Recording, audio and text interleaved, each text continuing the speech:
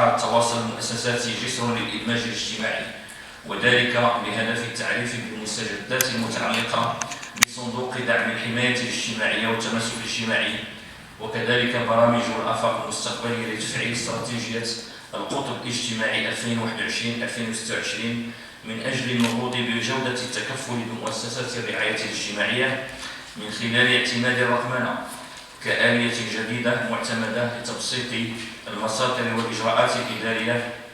بغية تحسين العرض والولوج للخدمات وتحسين الاستهداف في إطار استراتيجية وزارة التضامن والإدماج الاجتماعي والأسرة وفق رؤية جسر، كمنظومة جديدة لقياس تطور المؤشرات ومعايير الجودة. كما يعتبر هذا اللقاء التواصلي مناسبة لإحاطة النسيج الجمع والشريك في تسيير هذه المراكز بمختلف مكونات هذه الرؤية لمساعدتهم على الارتقاء بالخدمات التي يقدمونها لفائدة الفئات المستهدفة والرفع من درجة الوعي لدى مختلف الأوساط وتحسيس الفاعلين المعنيين بأهمية هذا الموضوع وزيادة الاهتمام به وإبراز آثاره الإيجابية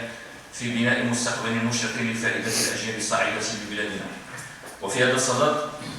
تنبغي الإشارة إلى الدور الذي لعبته المبادرة الوطنية للتنمية البشرية إقليم الحامة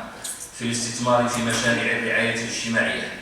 هذا الانخراط الذي تميز في البداية بسد الخصاص والعجز الذي كان مسجلا إلى حدود سنة 2019 في مراكز الإيواء ومؤسسات الرعاية الاجتماعية، مرورا بفترة توسيع العرض والسعي لتجويده بحيث أصبح يستهدف المزيد من الفئات المشار إليها في برنامج مواكبة الأشخاص في وضعية هشاشة، وكذلك تقريب هذه الخدمات من الفئات المستهدفة، حيث تم بناء وتجهيز مراكز للرعاية الاجتماعية بالمراكز القروية الصاعدة. أما بخصوص مراكز إيواء التلاميذ بدور الطالب والطالبة، فاللجنة الإقليمية للتنمية البشرية العامة إقليم الحامة قامت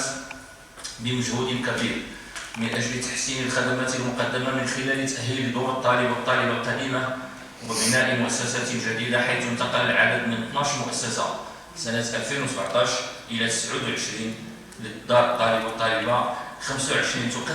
تقدم خدماتها و4 في طور الإنجاز. وسيقوم رئيس العمل الاجتماعي بتقديم حصيلة لهذه المنجزات خلال الفترة 2017-2022.